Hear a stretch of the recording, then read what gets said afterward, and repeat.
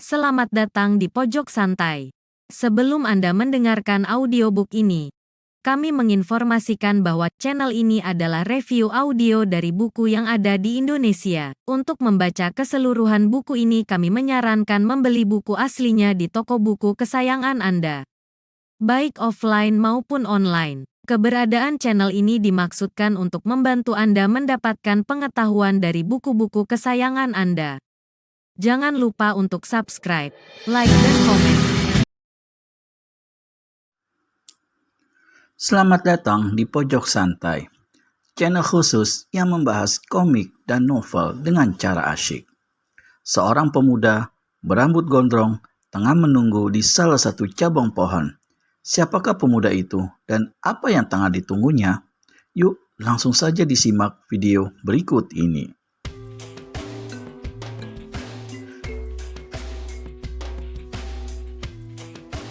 Kira-kira 2 kali peminuman teh, maka terdengarlah derap kaki-kaki kuda dan gemeretaknya suara roda kereta mendekati tikungan jalan.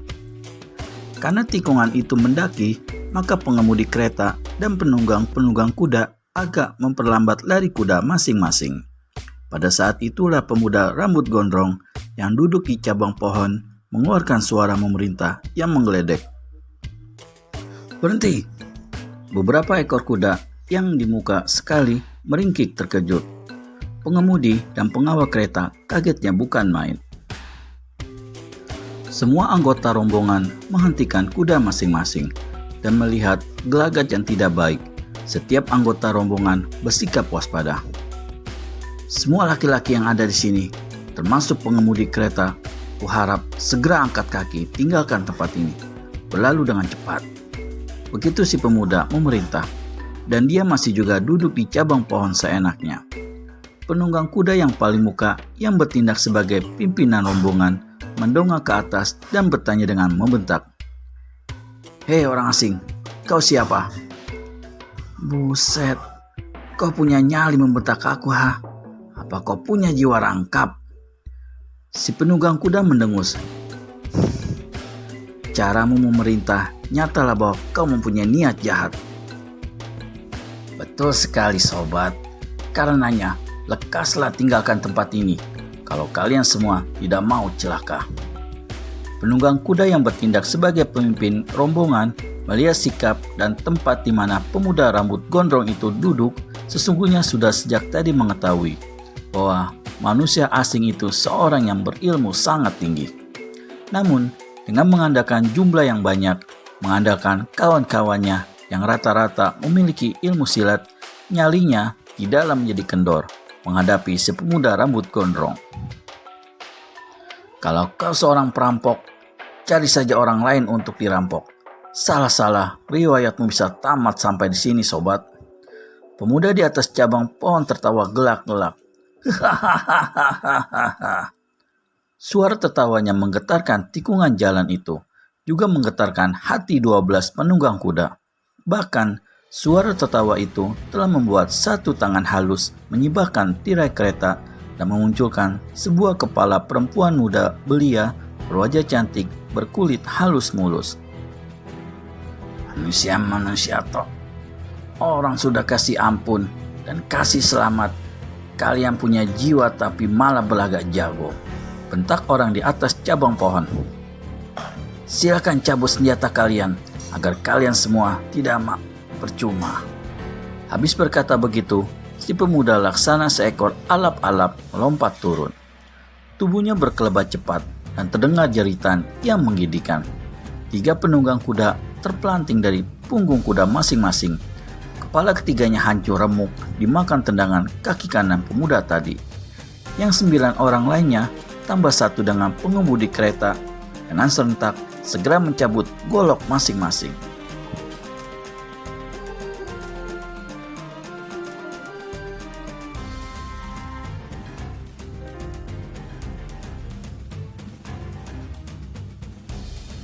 Tanpa menunggu lebih lama, yang 9 orang segera menyerbu, sedang pengemudi kereta dengan golok melintang di muka dada tetap berada di atas kereta. Sebentar saja hujan golok menyelubungi si pemuda. Pemuda itu berdiri di tengah-tengah siuran golok dengan bertolak pinggang dan sambil tertawa-tawa. Hahaha. Sekali-sekali dia membuat sedikit gerakan. Meskipun sedikit gerakan itu sekaligus berhasil mengelakkan 9 serangan golok yang menderu-deru. Tiba-tiba, pemuda itu membentak nyaring. Tubuhnya merunduk di antara bacokan dan tebasan golok. Pekik lolong terdengar susul-menyusul. 4 pengeroyoknya berpelantingan dan bergeletakan tanpa nyawa di tengah jalan. Yang 5 orang lainnya kejut serta kaget mereka bukan olah-olah. "Tegal Ireng!" teriak pemimpin rombongan. "Larikan kereta dari sini, cepat! Aku dan yang lain-lainnya menahan ini." Kusir kereta tak ayal lagi segera sentakan tali kekang.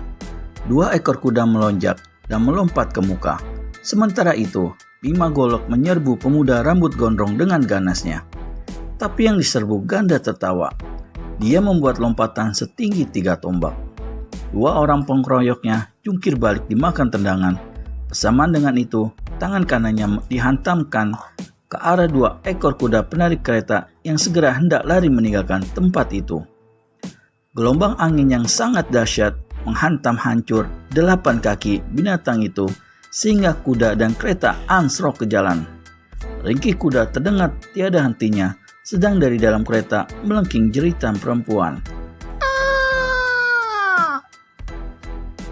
Pemimpin rombongan dengan sangat penasaran cabut lagi sebatang golok dari pinggangnya. Dengan sepasang golok bersama 2 orang kawannya, dia menyerbu kembali. "Kunyuk-kunyuk, nyali kalian memang patut kupuji. Tapi kalian adalah manusia-manusia yang tidak berguna. Karenanya, pergilah ke neraka." Pemuda rambut gondrong kebutkan tepi jubah hitamnya. Serangkum angin pengap menyerang ke arah tenggorokan ketiga lawannya. Manusia-manusia itu mengenduskan suara seperti tercekik, sewaktu tubuh mereka mentah dilanda angin dasar. Dari mulut masing-masing menyembur darah segar. Nyawa ketiganya lepas bersamaan dengan rubuhnya tubuh mereka ke tanah. Pemuda rambut gondrong yang mengenakan jubah hitam berbunga-bunga kuning tertawa gelak-gelak. Tiba-tiba dirasakannya sambaran angin di belakangnya. Dibalikannya tubuhnya dengan cepat. Sebatang golok laksana anak panah melesat ke arah batok kepalanya. "Kurang ajar!" teriak pemuda berjubah hitam. Dia gerakan tangan kanannya. Lihai sekali golok maut itu berhasil ditangkapnya, lalu dilemparkannya ke arah kereta. Laki-laki yang menjadi kursi kereta yang tadi melemparkan golok itu kepada si pemuda dengan serta-merta melompat dari kereta yang sudah anjlok itu dan bergulingan di tanah. Golok menancap di bangku kayu pada bagian depan kereta. Kursi kereta yang menyadari bahwa dirinya kini tinggal sendirian, melihat serangannya tidak mengenai sasaran, jadi lumer nyalinya. Tanpa banyak cerita, kusir ini segera ambil angka 1000 seraya berteriak, "Den ayu galuar sih, lekas lari, selamatkan dirimu." "Konyok tengik," teriak pemuda berjubah hitam sambil keluarkan dengusan. "Kalau mau lari, larilah sendiri ke neraka." Sekali pemuda ini lambaikan tangan kanannya, kusir kereta itu mental menghantam pohon dilanda angin dahsyat yang keluar dari telapak tangan si pemuda. Di saat itu, pintu kereta sebelah kanan terbuka lebar-lebar dan seorang gadis bertubuh ramping, berkulit hitam manis yang memiliki wajah mempesona keluar dengan paras pucat. Lututnya gemetar, bulu kuduknya merinding melihat sosok-sosok mayat pengawalnya yang bertebaran di mana-mana, mati dalam keadaan mengerikan. Gadis itu menyulut beberapa langkah sewaktu pemuda berjubah hitam melangkah mendekatinya. "Ah, Dewiku, kenapa takut padaku?" ujar si pemuda dengan mengulum senyum. "Namamu Galuwarsi bukan? Dan kau anaknya Sentot Sastra dari Kaliurang, betul?" Galuwarsi menyurut lagi beberapa langkah. Pada tampang yang gagah dari si pemuda, pada sunggingan senyumnya nyata kelihatan sifat kepuasan, sifat kejalangan. "Gawat, siapakah yang akan menolong Galuwarsi?" Temukan ketegangannya di video selanjutnya hanya di channel Pojok Santai. Segera subscribe dan tekan tombol lonceng untuk mendapat notifikasi video terbaru dari kami. Terima kasih dan sampai bertemu kembali.